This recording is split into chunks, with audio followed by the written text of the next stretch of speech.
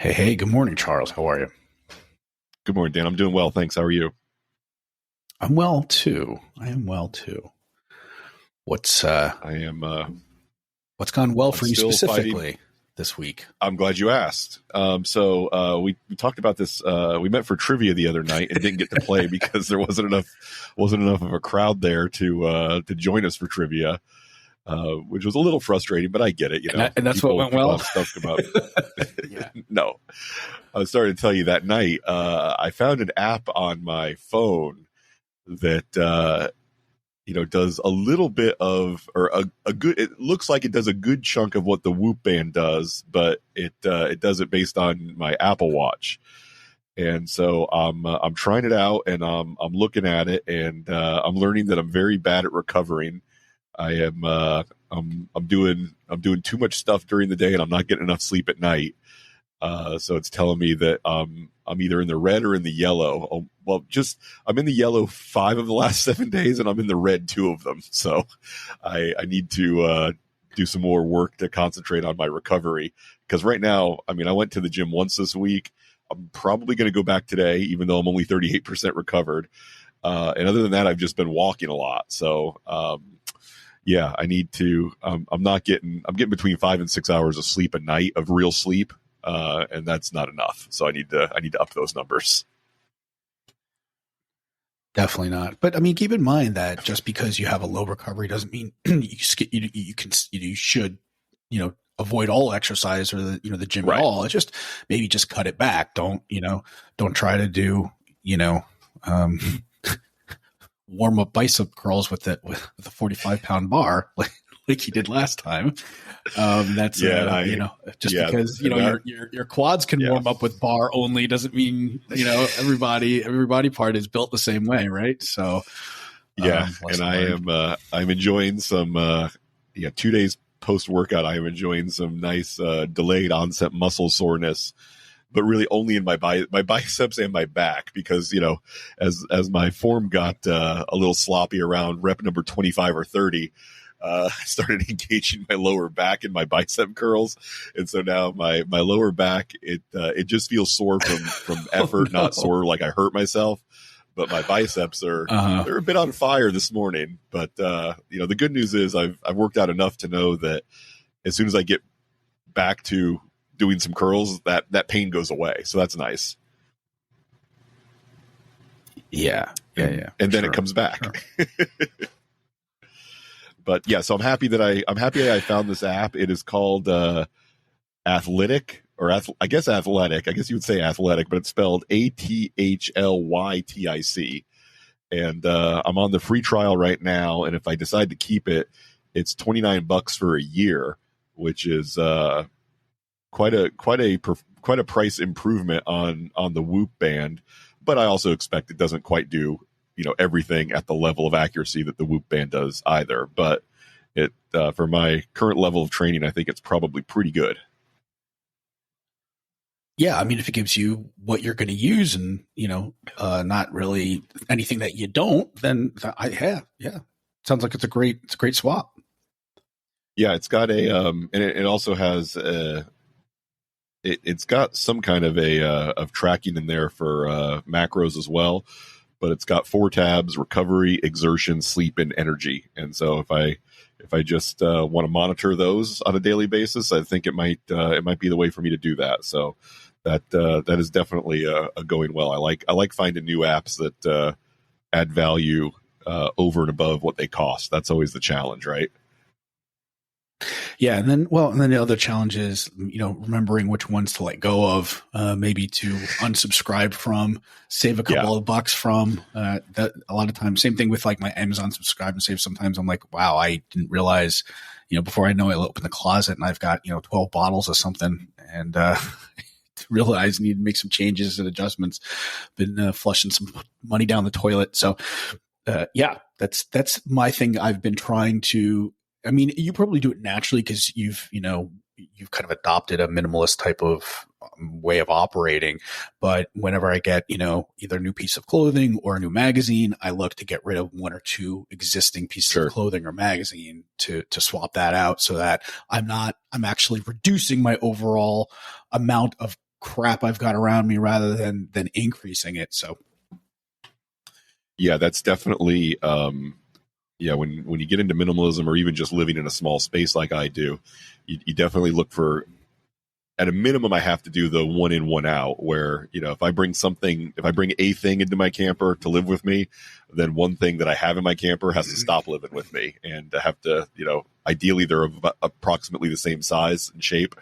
But yeah, that's definitely something that I've adopted. And the other thing is, combining, it's funny, we talked about, polo shirts last week and how the big appeal to those is you can use them for so many diverse purposes. You can wear them to work, you can wear them out to dinner, you can wear them, go golfing with your friends.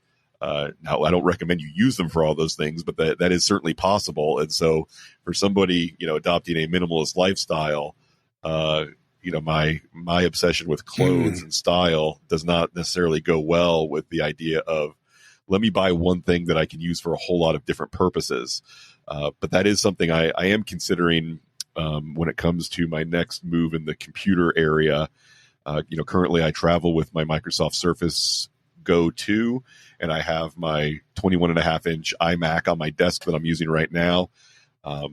But the idea of switching to one of the new MacBook Airs, the 13.3-inch MacBook Airs, and just having that as my only device as far as a computer goes, that's very appealing. I'm really, except for the part where they're, the one that I configured is like $1,700, which is more than I've spent on a computer in a good long time.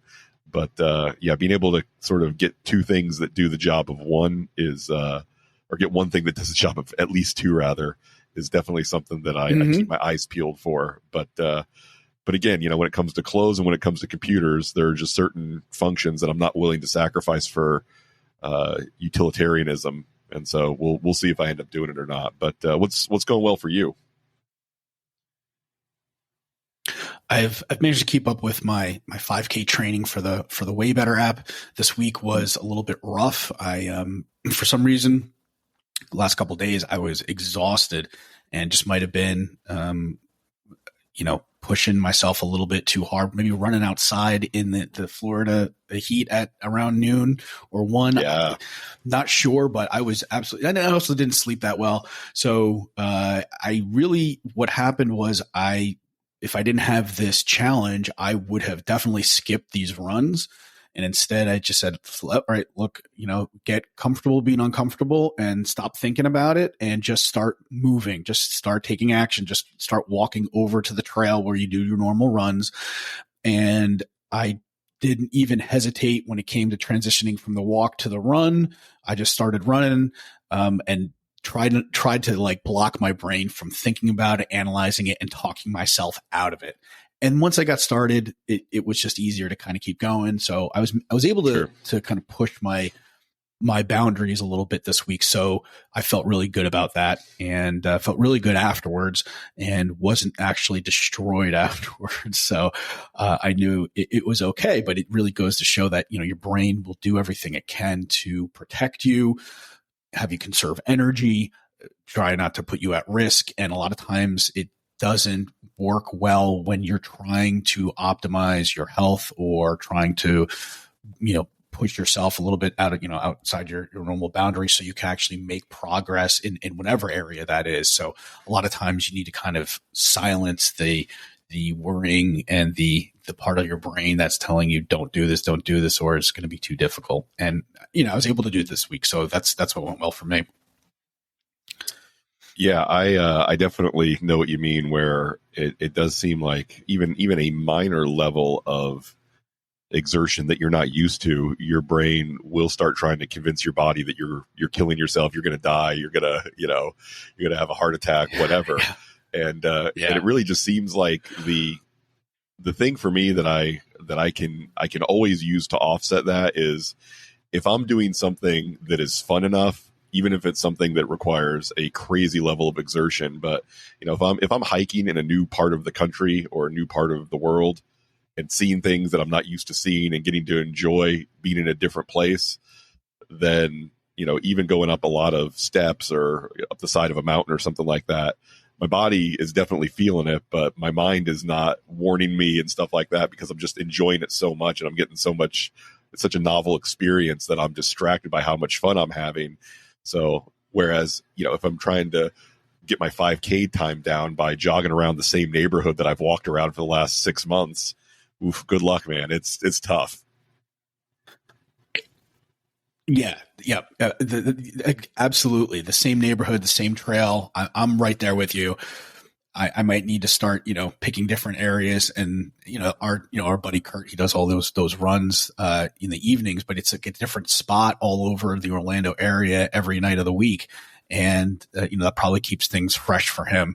And yeah, because he's an avid runner. I mean, he does 5K every night. And I'm like still building up to it. So my one of my goals is actually to be able to do a 5K even at a slow pace where it's no effort at all, which is probably what it's like for Kurt, and be able to go do one of the run clubs with him and do that like once a week, and I think that would be fun to do. It looks like a good time from his social posts.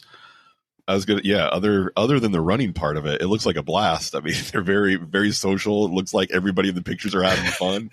It's just, I've got this block against running where if something's not trying to kill me or eat me, it's hard to get me motivated to move beyond a brisk walk. I hear you. Yeah. I mean, my pace is barely a brisk walk. I mean, I'm just bouncing up and down. So it's a jog, but it's basically the pace of a brisk walk. So, I'm trying to keep the bar low here and just make sure I run each of the 4 times a week, and I'm not doing any of the walking. And then the next step really is to try to incorporate. And I've really cut back on my lifting, and so it's been a little bit of a challenge for me because I really want to go and lift, but so I'm the next round I'm going to try to do both at the same time, try to keep up my lifting schedule and then also do the running. Right now I'm just doing the running. Yeah. What's the typical or the consensus or the common sense approach to people who are doing cardio and lifting at the same time? If it's mainly cardio first, lift second, is that correct, or have you seen both sides of that where you lift first and then cardio second? So the Huberman Lab podcast has great information about this, and he's probably the one to talk to about this with his guest Andy Galpin. They did a whole they did like a 6-part series, and each of these podcasts are like 3 hours long. But I mean, I give them tons of credit because I mean, I geek out if you like that stuff, and I think you'd be right there too.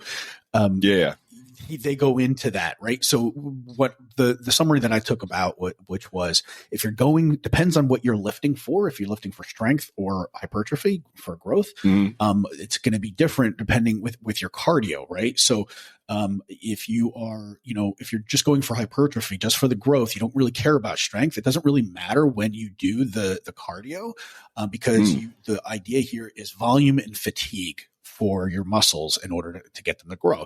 For strength, that's different. You're doing a different type of training for lifting, and you don't want to impact the strength that you're going to have for the lifting workout. So in that case, is you should probably separate the cardio, ideally on completely different days, but at a minimum, like a different workout, a different time of day.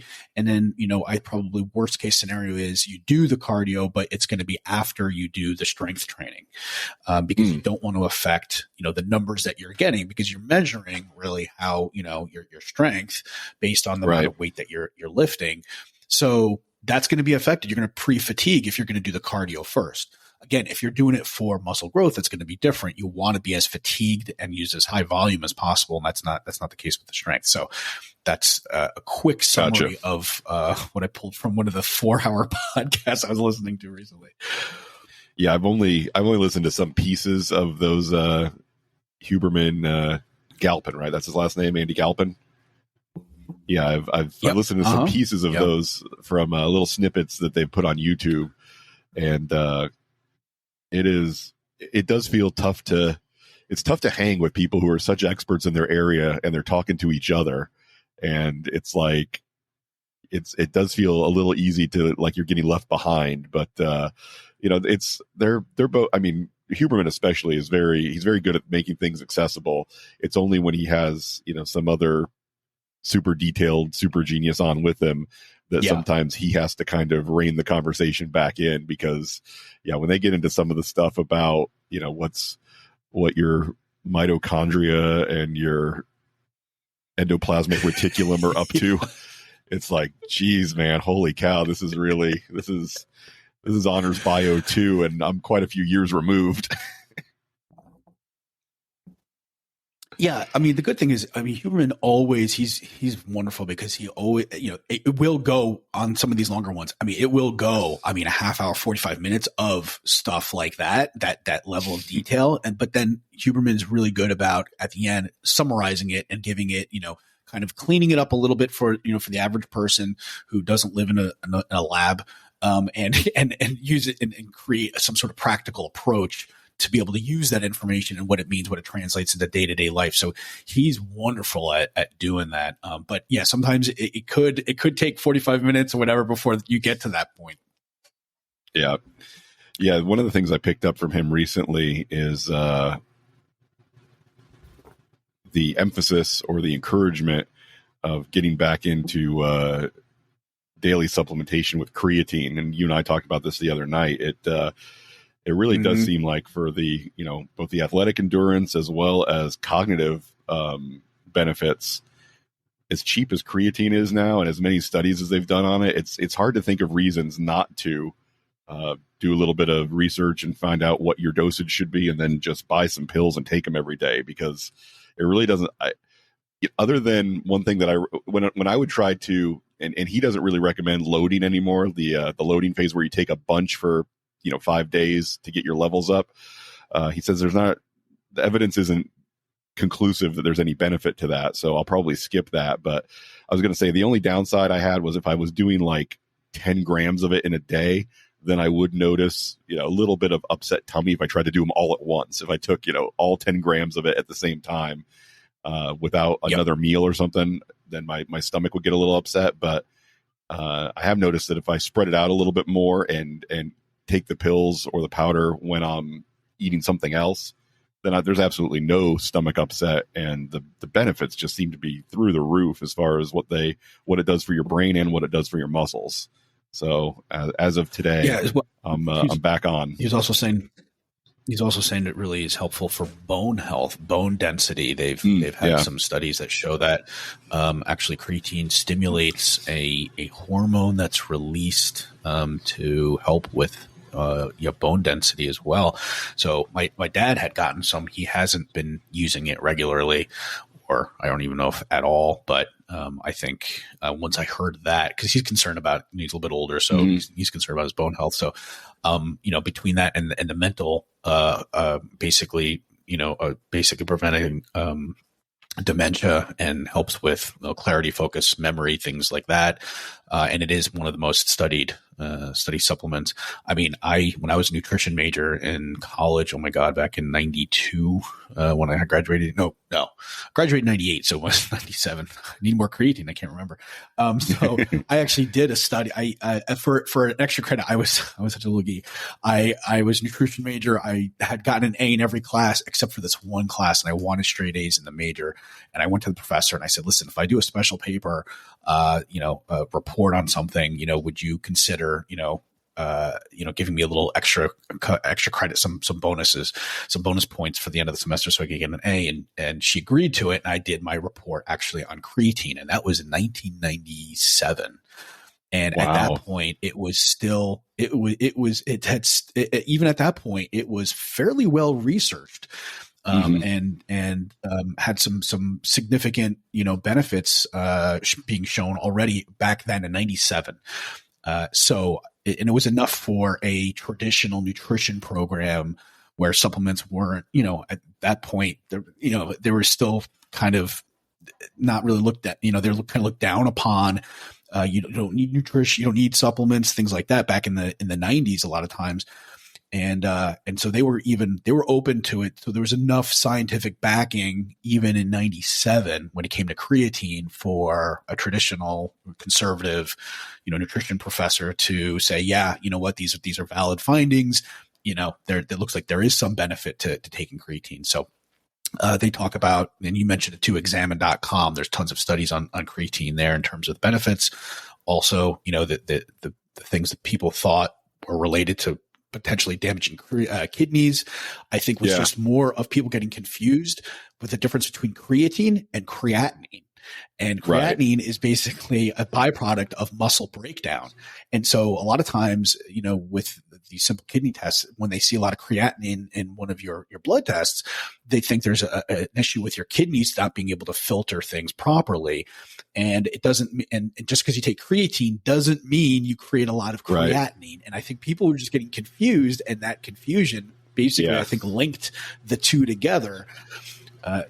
The other thing too is people with larger muscle mass end up actually having a lot more creatinine in their blood because basically you have a lot of more muscle. So there's a lot more muscle turnover. Doesn't mean your kidneys are functioning any poorly. You just need to get a different kind of kidney test for, it's not a standard. It's not a normal test, but most, nephrologists worth their salt should be aware of it. So something to kind of keep in mind if your doctor does push back and say, hey, if you're working out and you've got a lot of creatinine, there are other tests that you should be doing if you're working out regularly, especially if you work out right before you get your blood work done. That can also affect, because you just done a workout and now you've basically your muscles turning over. So something to think about before you get blood work done is maybe don't work out for a few days beforehand. So interesting. Wow, we really went down a rabbit hole there. Sorry. Well, not a Huberman level, not a Huberman level rabbit hole. I was just thinking back to when you were mentioning the dates that you did that report. I did a quick search, and it was the summer of '98 when the record for the single season home run chase was on between Mark McGwire and Sammy Sosa. And that was the first time I heard about creatine, was because that was one of the supplements that McGwire was using. And, he was also using, what was it, Andro, the stuff that that was back when androstenedione. It was, and it was legal then. I mean, as a legal both to buy and legal to use in Major League Baseball. And he was just buying it and rubbing it on his arms and stuff, and they were getting bigger. And, he had more testosterone. And so I think a lot of people kind of threw the creatine baby out with the bathwater, where they're like, okay, well, if Mark McGwire's doing it to hit all these home runs, it must be bad. And so good point. I think a lot of younger guys like my age that were working out a little bit in the gym at that time, it was like, basically your uninformed parents and teachers and stuff like that were like, you're not taking that creatine, are you? I was like, I didn't even know about it until you just mentioned it. So, but and now I'm interested. Exactly. There were definitely some negative. It'll do what for me? Definitely some negativity kind of associated with that.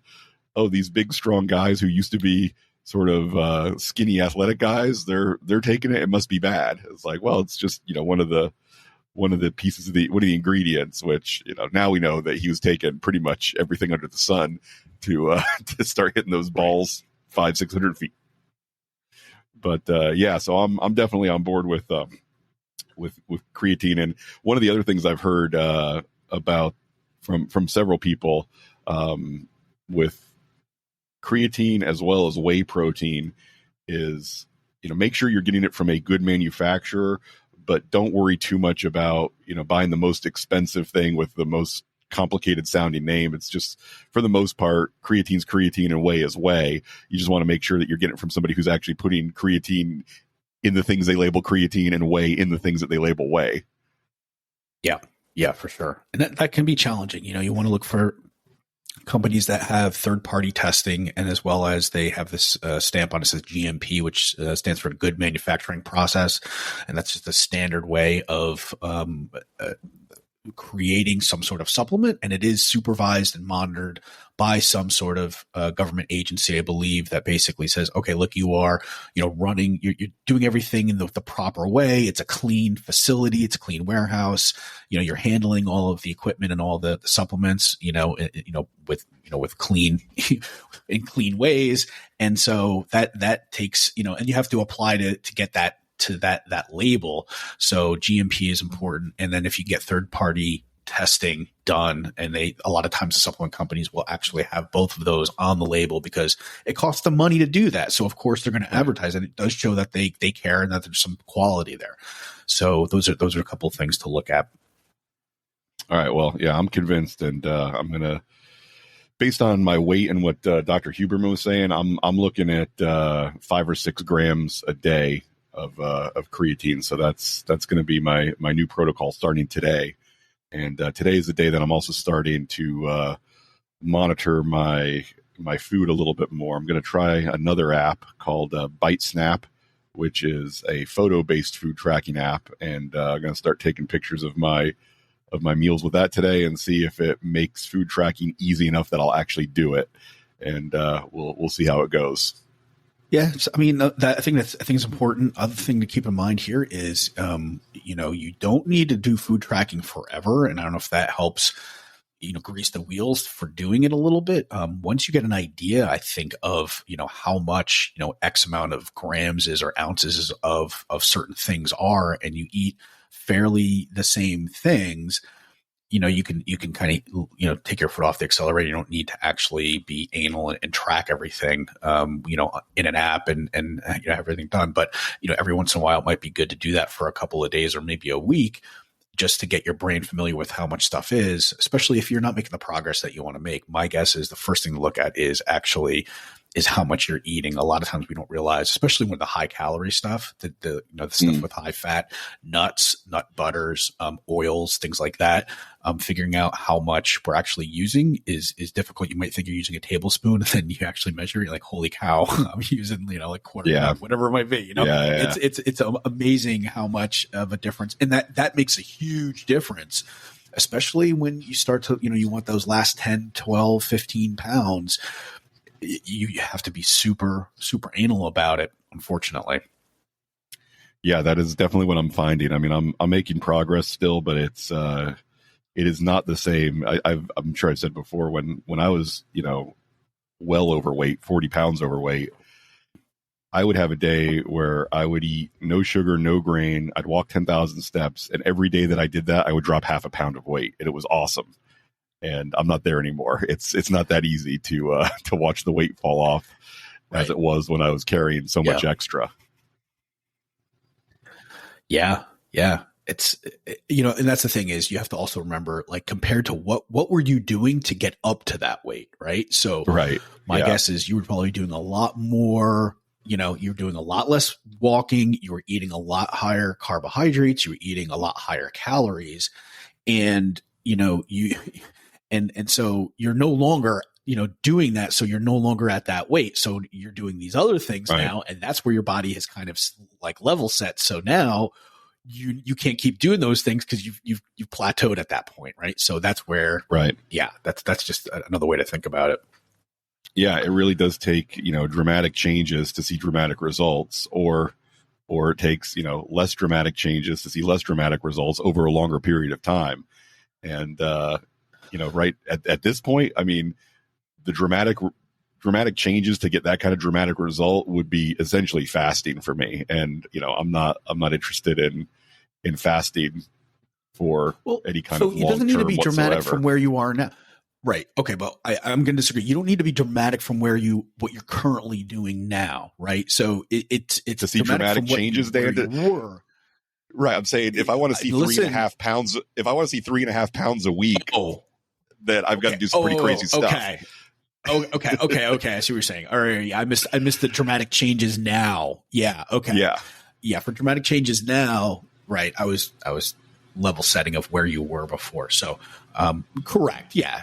But again, that's not the problem is when you do those dramatic changes now, it's going to be, your body's going to bounce back very quickly. It's going to be very difficult to not rebound to where you currently are. Sure. By going dramatic now. So, this is where you have to be, more detailed so you can do slight changes, but you need to be consistent because you have a couple of cheat days or whatever, a couple of days at Disney with some desserts, man. And then you've kind of undone, potentially, a week worth of being careful.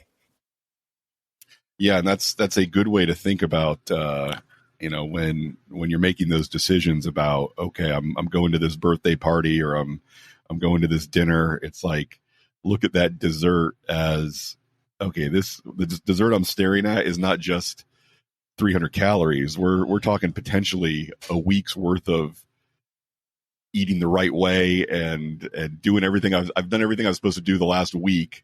Is it worth eating this meal, or this, whatever? Is it worth undoing that for the flavor that I'm going to enjoy for the next 5 minutes?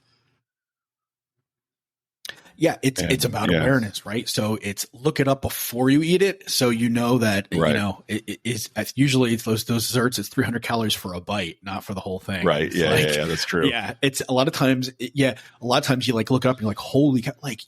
You get a burger, at a fast food place and some fries and just like a burger and a small thing of fries, and you've hit almost 1,000 calories right there. And most people, you're trying to lose weight, you're going to be 2,000 or under that for the day.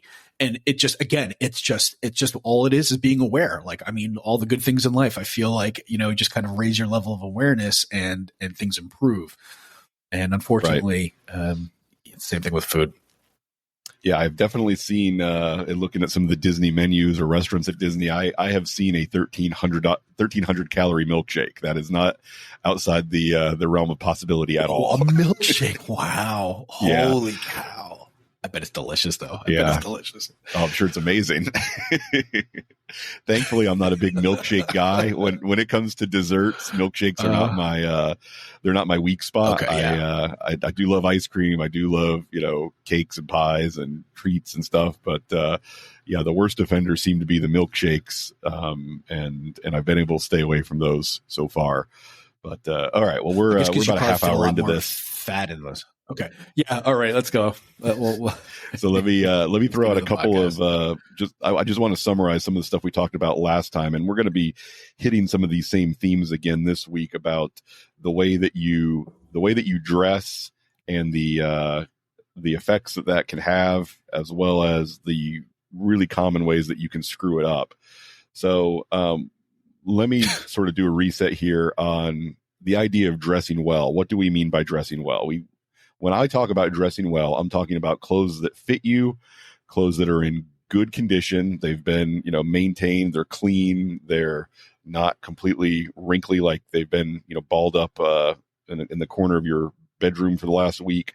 We're talking about clothes that, so right size, good condition, well maintained, and I always also throw in a level of formality that is slightly above the average for whatever occasion that you're wearing them to. So if you're going to Applebee's on a Friday night and most people are wearing shorts and a t-shirt, then you're going to wear a polo shirt or something better and a pair of jeans. Most people are wearing a polo shirt and jeans, you're going to wear a button down and some khakis. If people are wearing button down and khakis, you're going to wear maybe a suit with no tie. That's the general rule that I'm talking about here, as far as being a little bit more formal than whatever the average guy at that event is. And so here are the benefits to that. Number one, women and people in general will notice you. When I walk into a sushi restaurant or a bar and me and my friends are wearing suits and most other people are not, we immediately do get noticed, and we catch people looking at us. And I like that, because I'm a little bit of an extrovert and a little bit of a narcissist. Some people do not like that, but you should even do it anyway and get comfortable with it. And I've been there where it's not just people looking. There's been people that have come over and complimented us on the suits when I've been out, for sure, and I'm sure it's happened to you too. It's not just men looking, and women. It's like hey, exactly, yeah, and that feels good. It may be, if you're not used to receiving compliments, it may feel a little awkward at first, but it may not feel good. It may not actually feel good, right?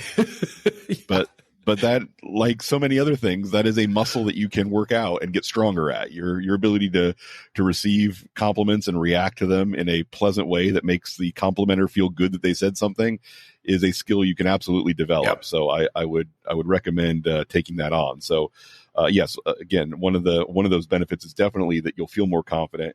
you'll look like you're more successful, and that does not necessarily mean you'll look like you have more money. You'll just, when people see you dressing well, they will assume that you are good at completing the things you care about completing. And that's another nice feeling to walk into a room with. People will respect you. I like the way you phrase that. I haven't heard that before. Yeah. That's the way that I define success. You're good at things. Yeah, I'm good at the things I want to be good at, and that's I get to spend my time on those things. I'm not in a position where I have to spend my time trying to be good at things I don't like doing. And so, yeah, that's my definition of success is you spend your day doing the things you want to do that you're good at doing. And that doesn't have to have a certain number on your 1040 to prove that. You just know whether you're in that position or not. And that's what's important to me. So dressing well will get you more immediate respect. You will behave as if you're you'll act like you're a more attractive person if you're dressed well. Whereas, if I'm caught in an unexpected social interaction and I'm wearing, a pair of cut off jeans and a tank top because I was just out working on my car, I'm not going to behave in that interaction quite the same way as if you caught me on a Friday night wearing a suit. So you definitely will behave more attractive if you feel like you look more attractive. You'll be better at those all important first impressions, which that is a big deal. People will also assume that you're more attractive than maybe just the raw data points of your body and your face necessarily are able to. You'll look greater than the sum of your parts if you're wearing a nice outfit, and so people will just assume that you're invested in your appearance, and they'll give you credit for that, even if you don't have the face or body that sometimes you wish you had. When I'm dressed up a little bit, I definitely notice that I move a little bit differently. So maybe I walk with a little bit more confidence. Maybe my head's up a little bit more. My chest is up a little bit more. My chin's up a little bit more. I find that I tend to smile a little bit more. So a lot of these things I'm doing subconsciously. I'm not thinking about them. So I think that is some of the nice side effects of also wearing is one of those things they'll pick up on your body movements, even as you're talking to people.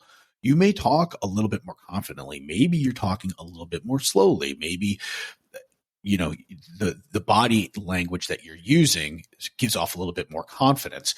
And it's similar to the study we talked about with the smells, where if you spray yourself they did the study where people would spray themselves with cologne, and the women would look at them on video doing this, and they noticed that the people who sprayed themselves, they rated them as actually more confident and more attractive than the ones who didn't, even without smelling anything. So again, it's mindset, it's intention here, right? And I think it goes a long way. I think you start to build up that intention and that proper mindset as you're getting dressed into these nicer clothes as well. I know when I'm getting dressed, and you probably too, Charles, when you're putting things on, you feel good. It's like, okay, every little thing that you're adding to your, to your collection in terms of what you're wearing, the belt that you're using, the nicer pants, the shirt that you're putting on, every time you do that, I think it kind of fills your confidence bucket, if you will, with a little extra water there. So that's just something that I've noticed. Yeah, I've noticed that as well. And I think most people that take the effort to curate their look and their appearance will notice that as well. So let's go over some of the real easy mistakes, the killers for your look that you may be, either starting for the first time to care about your style or recommitting yourself to caring about your style. Here are some of the things that can really get in the way and throw kind of a wrench in that. Bad color coordination when you're putting together colors that, are, one way I see this go is putting two pieces with loud colors together. For any rule that we throw out there when it comes to fashion, there are ways to break the rules in interesting, compelling ways. But, really, you kind of got to know the rules before you can break the rules in a creative and responsible way where you don't just end up looking like a clown. So, if you're wearing a really bright shirt and you decide to wear a really bright jacket at the same time, you're playing with fire, and that will go wrong way more than it will go right. So just sort of limit yourself to one loud piece at a time, and that usually is the safe way to go, or 0 loud pieces at a time. Also, I've gone monochrome several times where I'm wearing a navy suit and a navy dress shirt, and it can look pretty sharp and also not distracting at all. I think I wore that to the twins' last birthday party that I attended to. I wore a navy suit with a navy dress shirt, and it was a look that I enjoyed. So yeah, don't get crazy with trying to coordinate weird color and patterns too. Patterns can be a real killer. Yeah, I would recommend for the novice, go with mostly solids with one thing that has a stripe or a, houndstooth or a plaid or something like that, where when you start getting into 2 or 3 different patterns, that can get real messy. So I would say limit yourself to solids or one pattern until you've read some books and really gotten to be a student of fashion, and then you can maybe get a little bit more risky. The big one, of course, don't wear clothes that don't fit. Most guys tend to go too baggy instead of too tight, but both can be a mistake if they look like you're wearing clothes that aren't your size. So be aware of that. Oversized clothes on men, the typical mistake is with your jacket.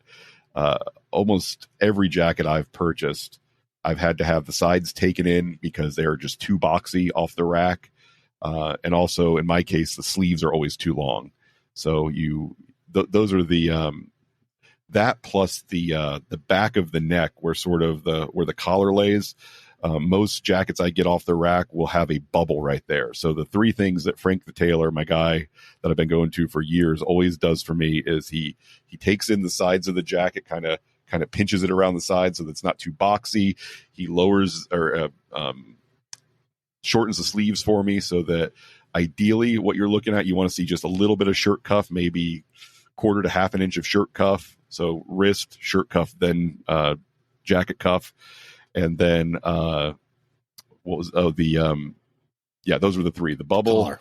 the collar, the bubble behind the collar, the sleeves, and taking in the sides. Now, the other thing that he'll do for me occasionally too, depending on the jacket that I've got, sometimes if I can't get, I usually wear 40 or 42 short.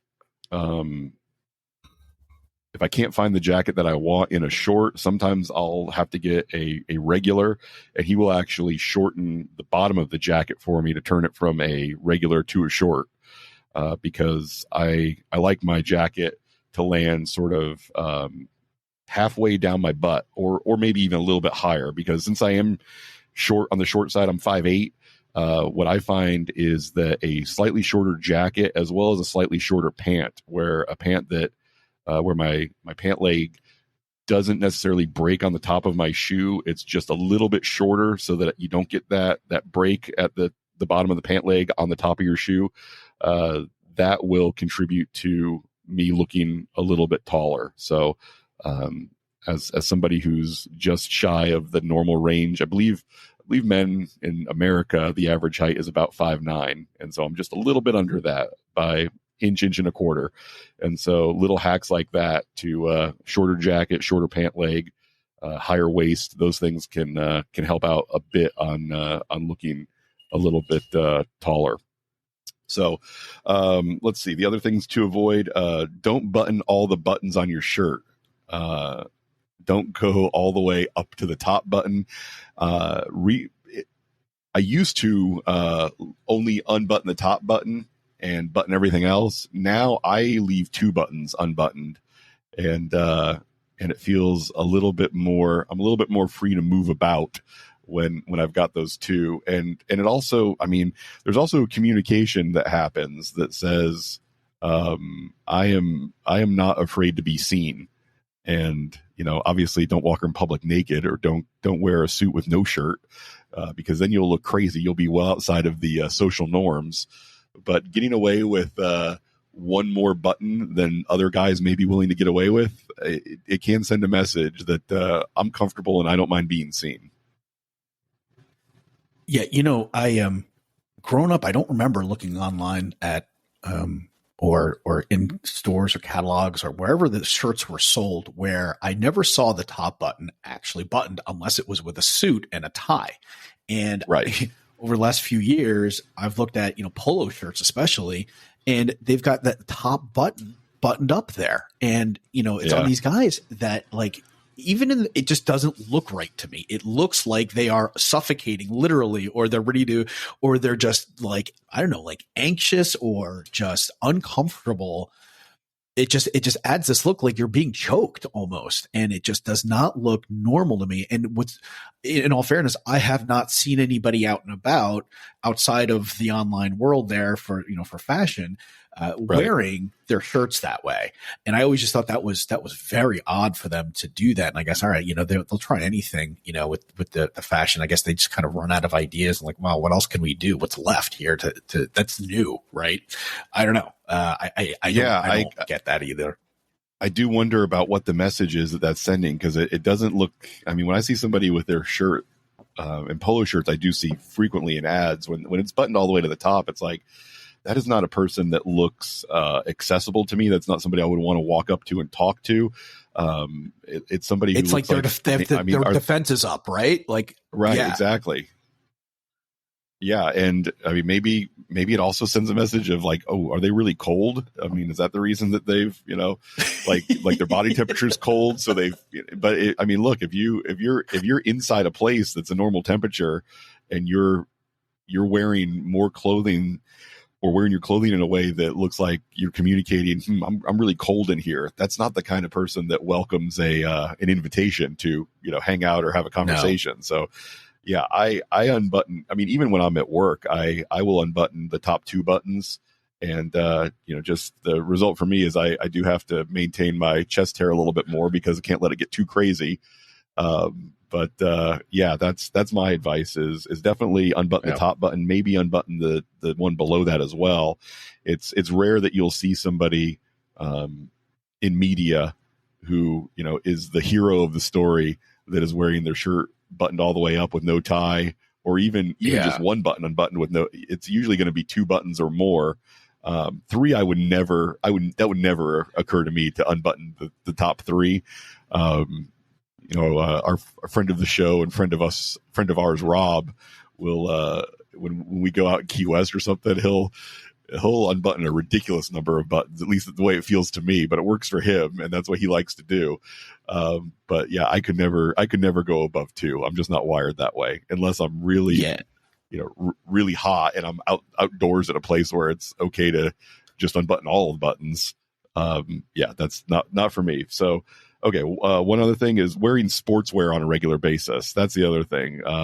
Gym clothes are for the gym, and don't think you're going to wear a pair of gym shorts and a tank top around, and either your body looks great in those clothes, in which case people are going to assume that you're trying to get attention, or your body doesn't look great in those clothes yet, and you're just going to look kind of frumpy and underdressed for the mall or the Applebee's or the whatever you're going to. So for most cases, keep your sportswear when you're doing sports, and wear other clothes when you're in other situations and other environments. And then finally, the one that definitely bugs me is wearing clothes with large logos or slogans. Me personally, and this is Charles' opinion, you don't have to agree with me, and I'm not, if you disagree with me on this, I'm not going to think any less of you. One thing that I don't think looks good on me, or generally speaking, men, well, I could almost leave it there. Men, if you're a man, if you consider yourself to be a man, if you're of the age where the government considers you to be a man, wearing a professional sports jersey with another man's name on my back is something I have never been comfortable with and never will be.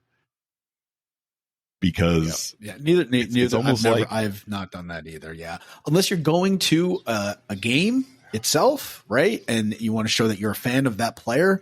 I say, all right, time and place. If you're going to do it, that's the place to do it. But I haven't owned any shirts like that either.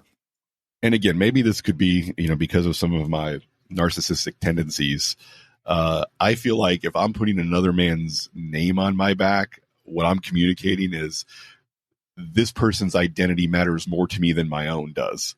And that is not a way I would ever feel or a message I would ever want to put across. So, I mean, even when I was a younger guy and, Shaq and Penny Hardaway were the big deal in Orlando, and everybody was wearing jerseys to school. I never had one of those jerseys because I'm not him. Why would I want his name on my clothing? And I would feel the same way, about Louis Vuitton or Coco Chanel or really just about anybody. We talked about even, trying to minimize the little polo player on my polo shirts by getting it to be the same color as my polo shirt was. I'm just not into advertising for other people or identifying so closely with another person or a brand that I'm looking at putting their logo, their name, or their slogan on my body. No, thank you. Yeah, I mean, I understand why people do that. A lot of times it's, these people or the brands have a little bit of prestige to them, and you want to associate yourself with that, that prestige and it kind of help elevate your own self-esteem. So I feel like a lot of times it's done because it makes you feel a little bit better about yourself because you're kind of associating yourself with your ideas of who this person is. Yeah, and I'm not claiming to be rational or that I will look down on people for doing it because, I draw weird lines in the sand where under certain circumstances I'm okay with it. Like I'll use a wallet that has a Coach or a Louis Vuitton logo on it. Doesn't bother me. I'll wear a belt that has a Gucci buckle on it or the Coach logo on it or something like that, and it doesn't bother me. It's just for some reason it's when it comes to like shirts. It just rubs me the wrong way for whatever reason. When it's something that big, like Polo a few years ago on their polo shirts, they introduced a new big logo where it's like the big polo player riding the pony, and it's like that big. I would say at least 3 or 4 inches. I'm like, ooh, who would do that on purpose? That doesn't make any sense to me. And yeah, for whatever reason, just putting it on a shirt or a jacket feels tacky to me in a way that I don't mind it. If it's on leather goods, doesn't bother me. But if it's on a shirt or a jacket, it's just like, I can't, something like that. It just rubs me the wrong way. And so, yeah. And again, I'm not saying I'm right. I'm just saying for me, that's, it doesn't feel like it looks good. And so we're gonna have to dig into that with Renata. Exactly. That's interesting. Yeah. So I would say for other guys, why is it leather goods and not cotton goods? It's only leather goods, and that's okay, not cotton. So we gotta dig into that a little bit. Why and I would say for other guys, I would say don't necessarily do what I do and don't feel the way I feel. Just don't wear logos or people's names on autopilot. Think about why you're doing it. And if you're comfortable with the reason that you're doing it, by all means do it and enjoy. But the big thing when it comes to fashion is don't just do the automatic thing that pops into your head. Try to have a reason and a purpose for why you dress the way that you dress, and then feel good about that purpose and do the things that make you feel good about that purpose, instead of just, doing it because your dad told you to, because all your friends are doing it, because you saw an ad on TV that says to do it. Just have a more mindful approach to fashion, and you'll definitely come across looking more attractive. Yeah, and I would just throw out a little asterisk with what you just said there is, yes, I agree. Think about it with a purpose in mind, but if that purpose is just being comfortable, that's not a good purpose. You need correct. I'll just throw it out there, right? Just comfort. It should not be used exclusively, right? So you can combine that with other purposes. Like we talked about with the shirt, having 2 buttons, unbuttoned. Like you said, you're a little bit more comfortable being able to move around. You're not quite as, constricted as tight and whatever. But the point is though, it's not only because of comfort, because you also like the way it looks, and the type of shirt that you're wearing and where you're wearing it is a little bit above where the average person would be, dressed. So that's something to think about, is just because that's a great a lot of people are just like, I just want to be comfortable, and then they go out in their pajamas and they do they do all their grocery shopping in their pajamas. Yeah, and I've got a real life example that I'll share, and then we can get going. But I used to wear the Columbia fishing shirts a lot, and I've talked about that before, because number one, I was fat, and number two, they feel really good when the weather outside is hot, because they're ventilated. They have the vents in the back, and they look not great unless you're on a boat fishing. And so what I have found is that when it's real summertime in Florida, it's hot and it's uncomfortable. Instead of wearing that shirt, now what I wear is a short sleeve linen shirt in a slim fit, not a regular fit, but a slim fit, so that it follows the lines of my body. I unbutton those 2 buttons, and it is just as comfortable and looks 10 times better. And so there are little things like that where you can say, okay, what's the comfortable thing to wear? Now what's the close to as equally comfortable, but that looks way better version of that I could wear instead? And so in my own case, that was one of those changes that I made. Yeah, that's a great example. Okay. All right, Dan. Well, I think we had a long intro today, but we did revisit some of the themes about dressing well. Next week, we will talk about money and status, and how important those things are, and why you may be thinking the wrong way about them, as many of us have for a long time, before we dig a little bit deeper. I'm looking forward to it. Sounds good. All right. Talk to you later, Dan. All right. Have a good one. Bye-bye. Bye.